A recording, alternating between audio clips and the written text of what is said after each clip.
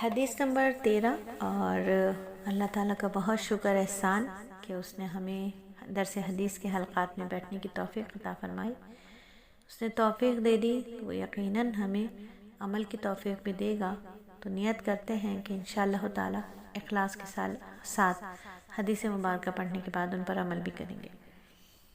آج جو ہماری حدیث ہے وہ بہت ہی خوبصورت حدیث ہے. دنیا میں رہنے کا طریقہ سکھاتی ہے کہ کس طرح رہنا ہے. کہ میرے نبی صلی اللہ علیہ وآلہ وسلم نے فرمایا دنیا مومن کے لیے قید خانہ اور کافر کے لیے جنت ہے. دنیا مومن کے لیے قید خانہ ہے.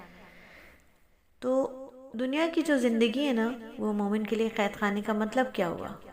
بظاہر کوئی ایسی راڈ نہیں لگی ہوئی، کوئی ایسا گھیرا نہیں بنا ہوا کہ ہم اس قید کے اندر ہیں. قید یہ ہے یعنی جس طرح قیدی اپنی زندگی آزاد ہو کر اپنی مرضی سے نہیں گزارتا، اسی طرح سے مومن بندہ جو ہوتا ہے وہ اپنی زندگی آزاد اور اپنی مرضی سے نہیں گزارتا، بلکہ ہر معاملہ اللہ تعالیٰ کے حکم کو سامنے رکھتا ہے. یعنی مطلب یہ کہ جیل کا جو قیدی ہوتا ہے اس کا جی نہیں چاہتا، وہ جو ہے وہ جیل میں اپنا دل نہیں لگاتا، وہ جیل کو اپنا گھر نہیں سمجھتا. اس طرح مومن جو ہے نا وہ اپنی اس دنیا میں اپنا دل نہیں لگاتا، اس کو اپنا گھر نہیں سمجھتا. اس سے معلوم ہے کہ اس کا ٹھکانہ جنت ہے، اللہ کی رضا والی جنت اور اس کے باغات ہیں. تو وہ بس یہاں پر اسی طریقے سے رہتا ہے، اللہ کے حکم اور اس کی منشا پر اپنی زندگی کو چلاتا ہے.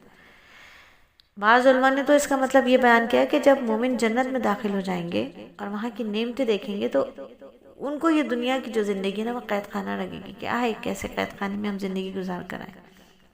اور دنیا کی زندگی کافر کے لیے جنت کیوں ہے؟ تو کافر کے لیے تو دنیا کی زندگی اس لیے جنت ہے کہ وہ آزاد ہے، وہ اپنی مرضی سے جو جی چاہے وہ کرتا ہے، جو کام کرنا چاہتا ہے وہ کرتا ہے. اس کے جو دنیا ہے وہ اس کا پورا گھر ہے. اس کے پاس ہے ہی نہیں کہ اسے مرنا بھی ہے اور مرنے کے بعد کہیں اور پوری زندگی گزارنی ہے، پوری ایک حیات ہے، نہ ختم ہونے والی زندگی ملے گی. اس کے پاس یہ سوچ ہی نہیں، اس کا یہ یقین ہی نہیں ہے. اس کا یقین صرف یہ ہے کہ دنیا میں ہی آیا اور دنیا میں ہی ختم ہو جائے گا. تو وہ دنیا کو زندگی کو اپنا گھر سمجھتا ہے. کافر کا مقصد کیا ہے؟ صرف اور صرف حصول دنیا ہے. شہوتوں کو جمع کرنا، مال و دولت کو جمع کرنا اتنا مصروف ہے کہ اس نے اسی دنیا کو سارا نعمت کا در سمجھ رکھا ہے. جبکہ مومن کی نگاہ کہاں ہے؟ جنت پر، جنت کی نعمتوں پر ہے، اللہ کی رضا والی جنت پر ہے. تو مومن کے لیے یہ دنیا جو ہے وہ قید خانے کی طرح ہے. جیسے قید خانے کا قیدی جیلر کے حکم کے مطابق زندگی کو گزارتا ہے، اسی طرح مومن انسان اپنے رب کی رضا والی زندگی اللہ کے حکموں کو اور نبی کے طریقوں پر گزارتا ہے.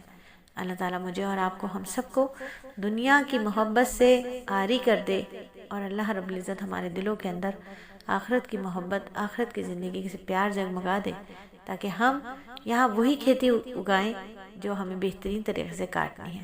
اللہ رب العزت مجھے اور آپ کو، ہم سب کو حدیث مبارکہ پر عمل کرنے والا بنا دے. آمین ثم آمین.